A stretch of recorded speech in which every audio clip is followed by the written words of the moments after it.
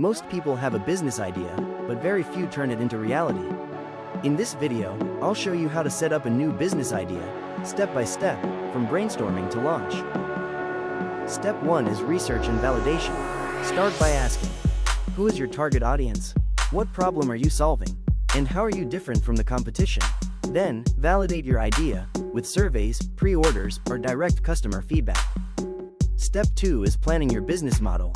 Decide how you'll make money, through subscriptions, one-time sales, or services. Keep it simple and realistic. Always remember the formula: revenue minus costs equals profit. Step 3 is branding and building your online presence. Choose a memorable name, design a simple logo, and create your social media pages. In today's world, customers trust businesses that show up online. Step 4.